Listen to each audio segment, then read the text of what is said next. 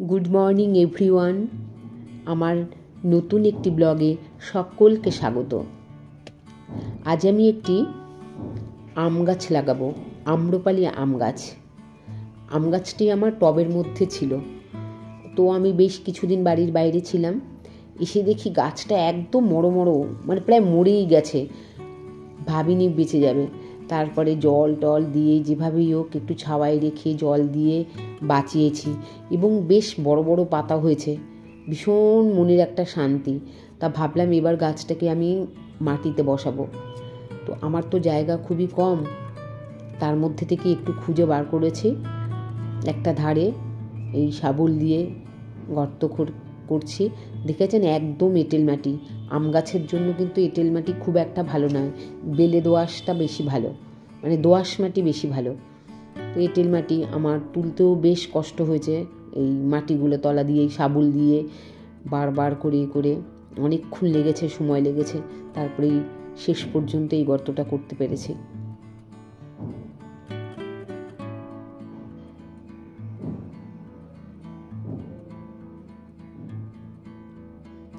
এই সেই আমার গাছটা আমি বিধানচন্দ্র কৃষি বিশ্ববিদ্যালয় থেকে নিয়ে এসেছি। ওখানে তো গাছেরই জায়গা, তো ওখান থেকে স্যার বললেন গাছটা খুব ভালো হবে।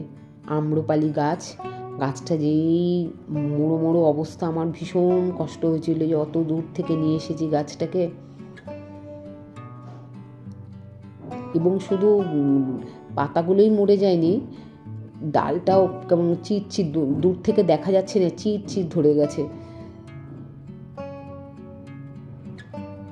আর টবটা খুবই ছোট ছিল।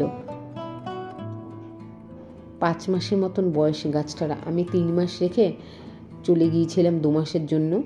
তো এরকম একজনকে বলে গেছিলাম জল দিতে, ও শুধু জলই দিত।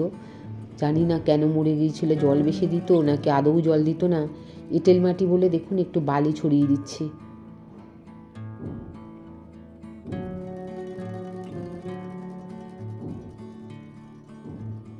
আর আমি নিজে একটু মিশ্র সার তৈরি করে নিয়েছি। তার মধ্যে একটু ফাঙ্গিসাইডও মিশিয়ে দিয়েছি।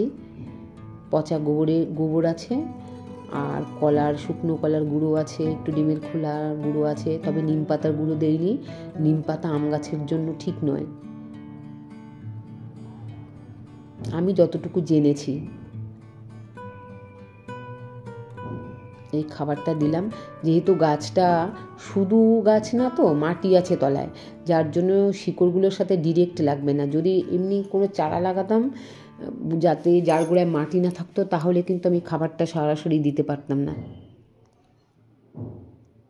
অনেক দিনের পুরনো জায়গা, খুব একটা খাবার দাবার নেই এবং এঁটেল মাটি, যার জন্য একটু খাবার দিলাম। এই সেই গাছে দেখুন।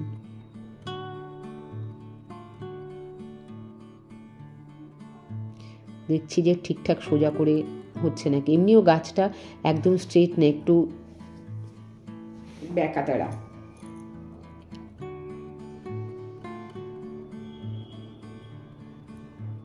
সেই এঁটেল মাটিই দিতে হলো আমাকে। এইরকমই মাটি আমার।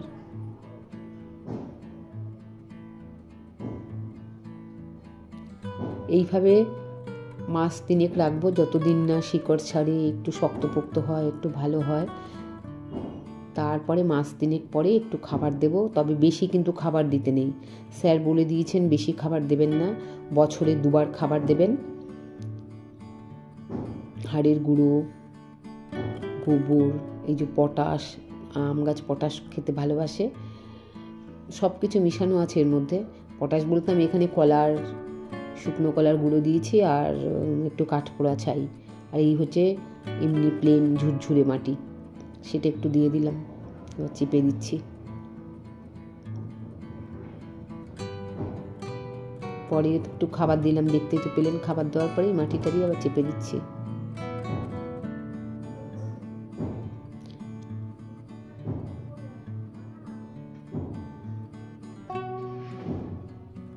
গাছটা সারা গায়ে, মানে সারা পুরো কাণ্ডটাতে চিট।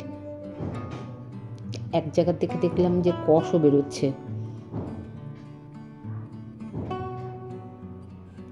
তো পুরোটা কিন্তু মাটি দিয়ে ভরবো না, তার কারণ 2-3 ইঞ্চি ফাঁকা রেখেছি ওই খাবার দেওয়ার জন্য। এখন তো দেবো না, 3 মাস পরে আবার একটু বালি দিয়ে দিলাম।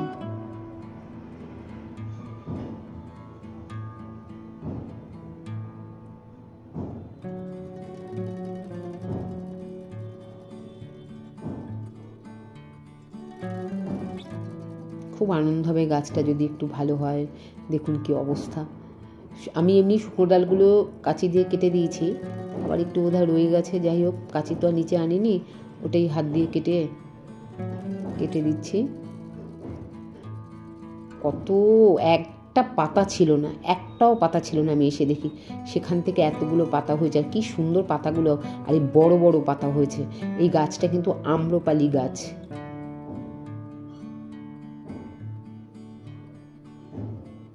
দেখুন কাণ্ডটা কিন্তু একদম সোজা নেই, একটু বেঁকাতারা। যাই হোক, একটু লাঠি দিয়ে পরে বেঁধে দেবো। এখন লাঠি দিয়ে একটু বেঁধে দেবো। এই যে ফাঙ্গিসাইড, এই ফাঙ্গিসাইড যে ডালটা যে ছিললাম, কাটলাম হাত দিয়ে, ওটার মধ্যে একটু ফাঙ্গিসাইড লাগিয়ে দেবো, নালে ওখান থেকে আবার পোকামাকড় ঢুকবে। আর সমস্ত কাণ্ডটাতে এই ফাঙ্গিসাইড লাগিয়ে দেবো। ওই যে চিট ধরে গেছে, যাতে ওখান থেকে আর অ্যাটাক না করতে পারে কোনো পোকামাকড়, না হলে আর বাঁচাতে পারবো না। অনেক কষ্টে গাছটাকে বাঁচিয়েছি। সবাই আমার ব্লগ কিন্তু দেখবেন।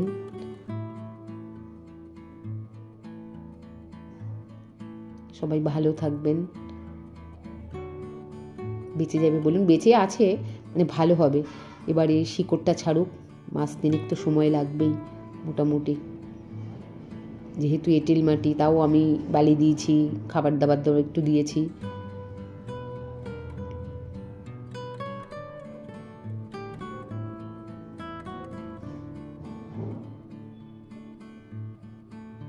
এই গাছটা যখন বেশ বড় হবে আপনাদেরকে আবার দেখাবো, একটুখানি ভালো করে বড় হোক। আমি সমস্ত কাণ্ডটাতেই এই ফাঙ্গিসাইড লাগিয়ে দিয়েছি, এবং আমি অন্য গাছ এরকম লাগিয়ে দেখেছি যে উপকার পেয়েছি।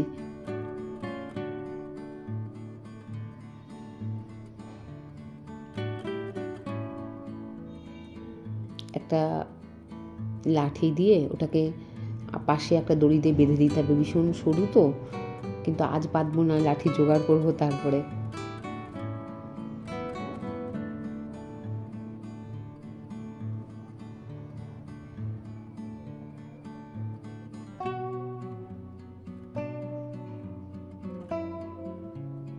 গ্লাভস আর পরিনি, হাত দিয়েই সব চালিয়ে দিয়েছি। ডিরেক্ট এইভাবে না, হাত দিয়ে না করাই ভালো। যাই হোক, আমি হাত দিয়েই করেছি। আর এবার একটু জল দিয়ে দেবো।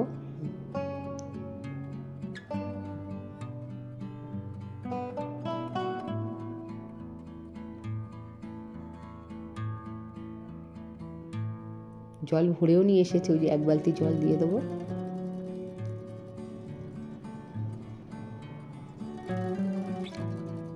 আজকে জল দিলাম, কাল আর দেবো না, আবার 2-3 দিন পরে।